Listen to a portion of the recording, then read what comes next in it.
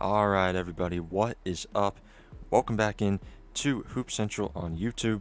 This is episode number 6 of Women's Basketball Now, and I'm your host, Hamilton Neal. I thank you very much for joining me today on this episode.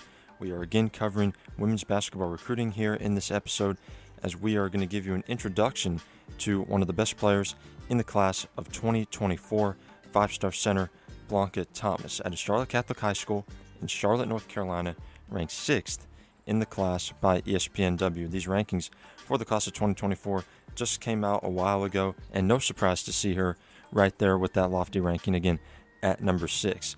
Here in today's episode, we're going to be breaking down her game, the things that she does offensively, the things that she can do defensively. We're going to talk about her recruitment. Tons of offers have come in over the course of the summer and into the fall now. We'll talk about some major interest that is coming in as well. So what we're going to do is we're going to start off first by talking about what she can do on the floor. She stands 6'5", plays the center position, and really I think what jumps off the tape right away is how she uses that size. Down low, you can throw it to her. She goes right to work, backing players in, finding that hook, getting consistent post position.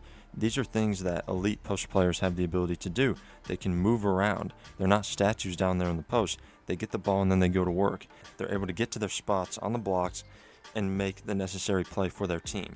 So I think that's really the number one thing, is that she uses her size at 6'5" to her advantage. I think on the perimeter, there's still some things that she's trying to improve on. I think she's going to continue to get more and more versatile with her offensive arsenal, with that jump shot, with her ability to pass the basketball. Again, really young players here in the class of 2024. These players are still developing. They're still getting things going. They're still finding out the things that they do really well and the things that they need to improve on. I think her biggest attribute offensively is how she uses her size. Just like the other elite post players, she goes to work. She can back you down and has that power. Not only the height and the length, but she also has the strength as well. And I think that's something that really stands out about her game right now on the offensive end.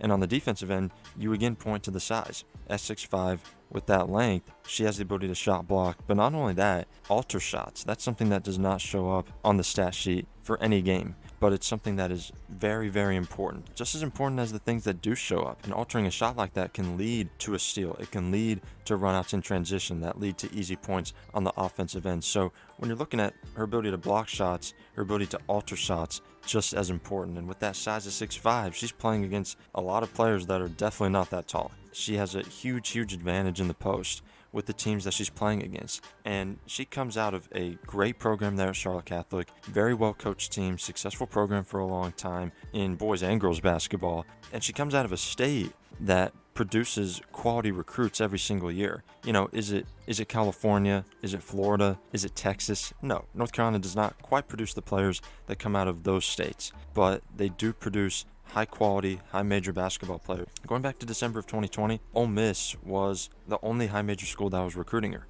Since then, Oregon, Kentucky, Minnesota, Georgia Tech, Florida State, Marquette, Illinois, Clemson, Louisville, Mississippi State, Tennessee, NC State, Michigan, Pitt, North Carolina, Wake Forest, Georgia, West Virginia, and Virginia Tech have all jumped in with scholarship offers. Western Carolina and Charlotte, mid-major schools, are also on that list. Those are her offers at this point.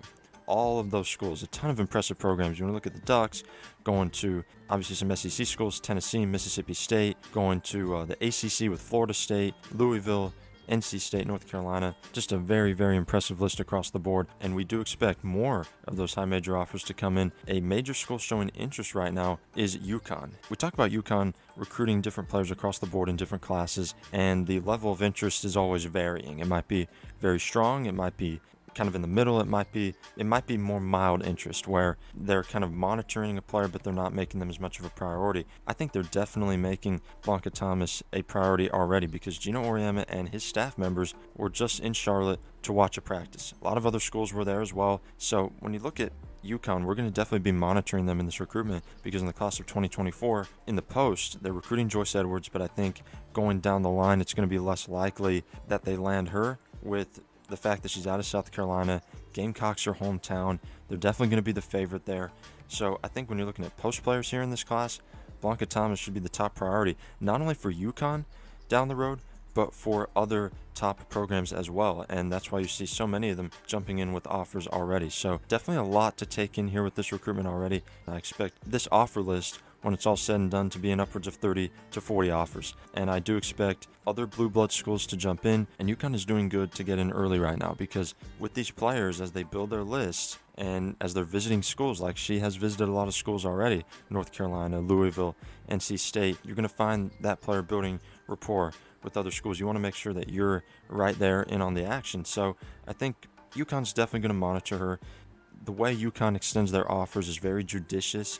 It's very deliberate. They don't do it quickly. So when you look at a player as young as she is, they still want to see how she develops. They want to see how she continues to play. So we're definitely not talking about an offer yet, but definitely some very, very strong early interest from the Huskies and from all of those other schools that we talked about as well. All right, that's all the time we have for you in this episode of Women's Basketball Now. We thank you again for joining us here on today's episode. Definitely consider subscribing. We have a lot of new content coming up right now with women's basketball, so you don't want to miss that. We're also on Facebook, we're on Twitter reporting all the news. You don't want to miss what we're putting up. You don't want to miss what we're putting out on any of our platforms right now. Definitely excited for all the stuff that we have coming up. Thank you for watching this video, and we'll see you in the next one.